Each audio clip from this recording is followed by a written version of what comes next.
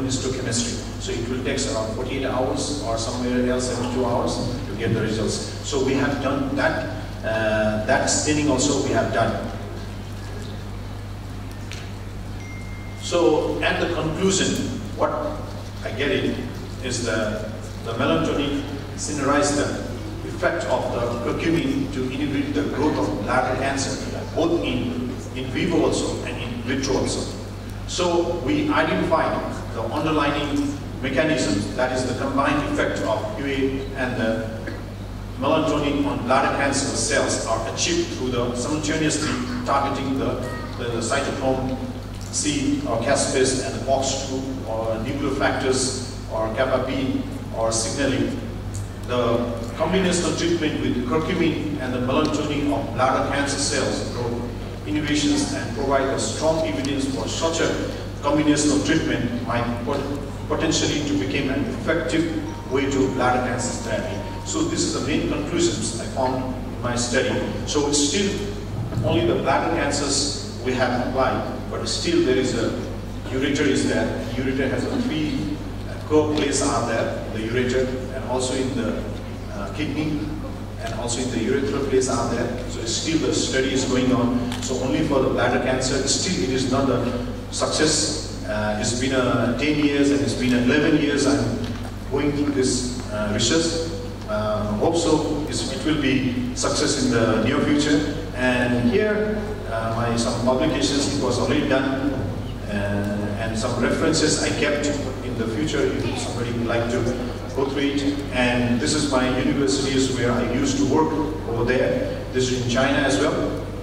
So here these all are our teaching buildings and all. And here all this area is our university area. This is all our university area and all. And this is my lab building. So where I used to do my research work as well. And here are a lot of people, my colleague and my friends, they all are also working. And these all are the workstations we used to do for the IHC and all, immunohistochemistry. And also my one student is there, he's from India as well, so he's also assisting me.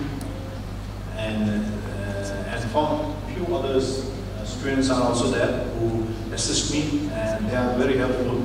So other than with students, we cannot be in this stand for today. So thank you. Thank you very much. Okay, thank you, Dr. Sandeep. Okay, any questions from the floor? Okay.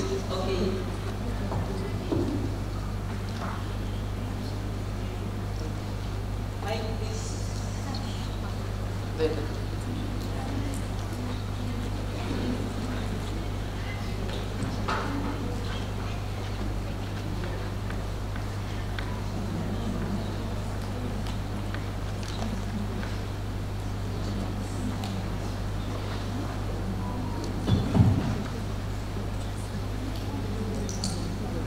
Okay, thank you. My name is Desi. I want to ask a question about you. Based on traditional medicine about curcumin and melatonin. So I want to know what is the dose from your research, extract or capsule or I don't know. And the second question. What is the dose combinate about melatonin and curcuma, 50-50 or how? Thank you. Yeah, thank you, Doctor. So even though I have shown in my slide, okay, so as our dose get increased, so I have kept over there is 5 micrometer, okay? So you can see in my slides also. As the dose get increased, so there is inhibitions of the cancers are there. So maybe in the first or second slides and all. So I have kept. So if usually I have given the 5 micrometer. So but with the combinations I have get 10. So according, that is not the capsule and all. That is in the, we have to use to give in the drip and all. Because very small drip will be there. Like in the human beings, we used to give some gauze and all, gaze and all we used to. This one is the very small, tiny that we used to give in the mice. And one of my unlucky things is that, so I get 4 to 5 times I get unsuccess. So this one is like of 2 to 4 years I didn't get success. So later on, by the 5th or 6th year, so I get it because I'm trying. So as the dose get increased, okay, as the dose get increased, so then we can see over here the dose I have written over here, 5 and 10. So as the dose is from 5, and if I'm giving the single, so I'm giving only for 5.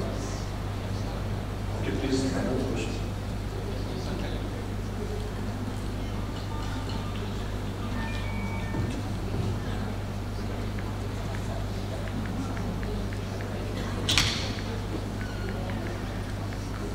Hi Doctor, I'm Dr. Shima from LUC.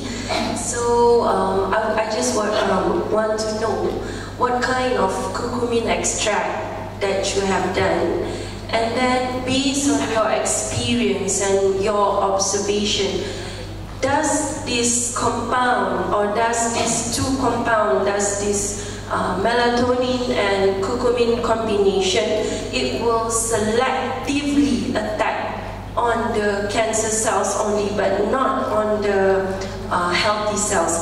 But because based on your experiment, I saw that you are doing on the tumor cells as the controls, right? And then also you are observing on the toxicity on the rats.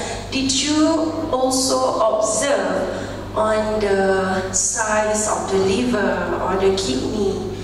So I just want to know, is that, because previously I am doing on the essential oils. So these essential oil, it is when I increase the dose, it is not safe totally. Because it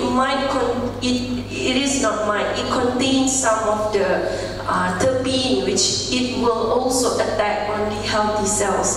So I really hope one day that we as a scientist will find that something or some compound which is selectively, which it will not attack on the healthy cells, but it will only attack on the cancer cells. Thank you. Okay, thank you, Doctor. Like, according to you, like the major things that it is affecting to other organs and all that. So there is some relatively, because I haven't mentioned over here, because there is some hepatotoxicity is there. Hepatotoxicity is there. So that is the major, but still I could not measure it. Okay, so still it is, I could not measure it. So that I haven't mentioned over here, because still I could not measure it. But there is no any effect. So, but there is no any effect in the weight and all. There is no effect. So there is here I have written over here. So it did not affect significantly of the body weight of the mice. Because normally in the cancer, so we know that there is a there is a loss of weight and all used to be there. But in this one, and there is no specific, okay, there is no sign of acute or delayed toxicity water job. So the acute time, I didn't find anything, but I have some hypothetical things are there. So there must be some hepatotoxicity must be there. Because when the mice is moving in the normal way, but after this one, of course, even though in the human beings, after you doing some operations and all, you cannot run in the same day. Okay? But that is my only hypothetical things, but still it is not sure. Okay, thank you. Yes?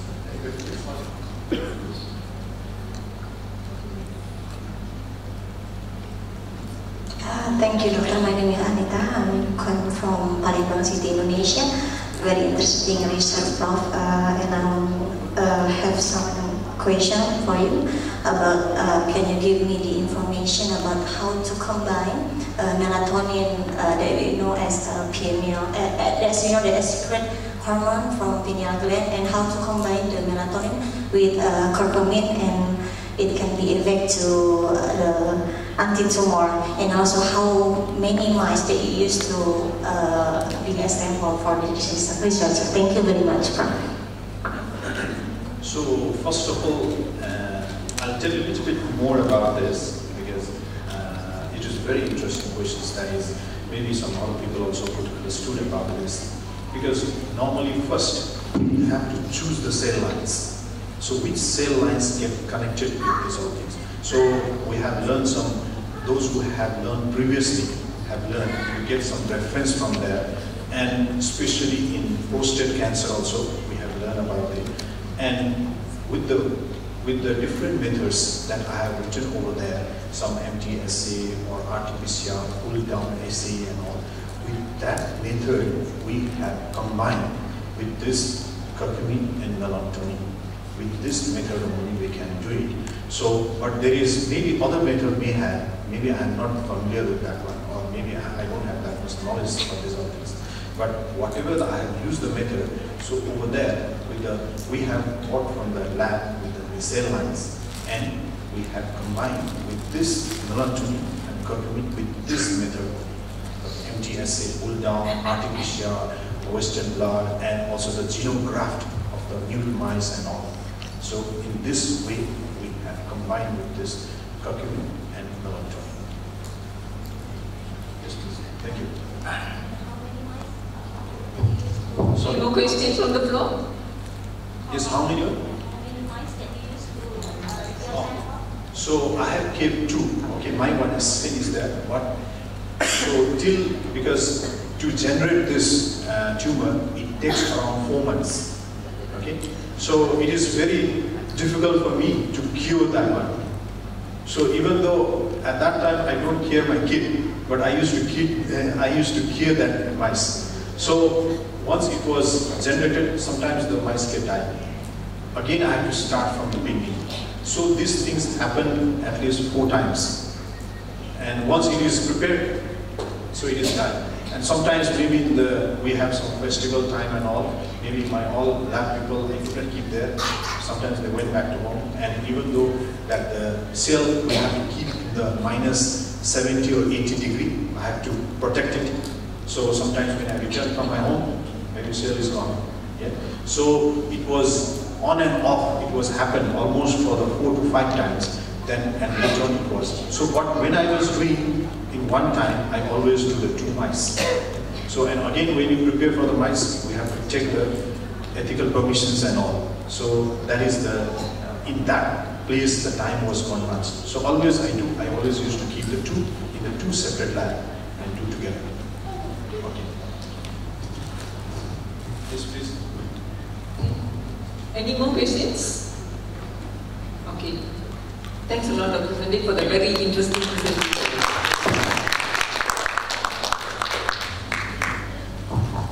Okay, now we continue calling for one more presenter, Dr. Somem Kriji. Okay, I would like to read his CV first.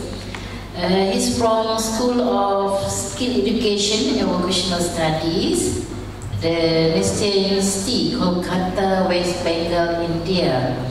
Okay, Dr. Somem Kriji is a healthcare academician and an industry expert with 14 years of teaching experience and 8 years of industry experience. He is well connected to different healthcare industry in India. Dr. Kriji is presently working as Associate Professor and Dean, School of Skill Education and Vocational Study, the National University, Kolkata, India. He is also the registered PhD supervisor of the National University, currently supervising 1 research scholar under his guidance. Dr. Kriji had participated in many national and international healthcare management conferences and presented the research papers and received Research Papers Award from AIIMS Delhi, Jamia Hamdard, ICBM, and Apollo Hospital, New Delhi. He has 14 publications. So I would like to call, okay, the title for his presentation is about sustainable healthcare in era of digitalization. So Dr. Somen, the floor is yours. Thank you.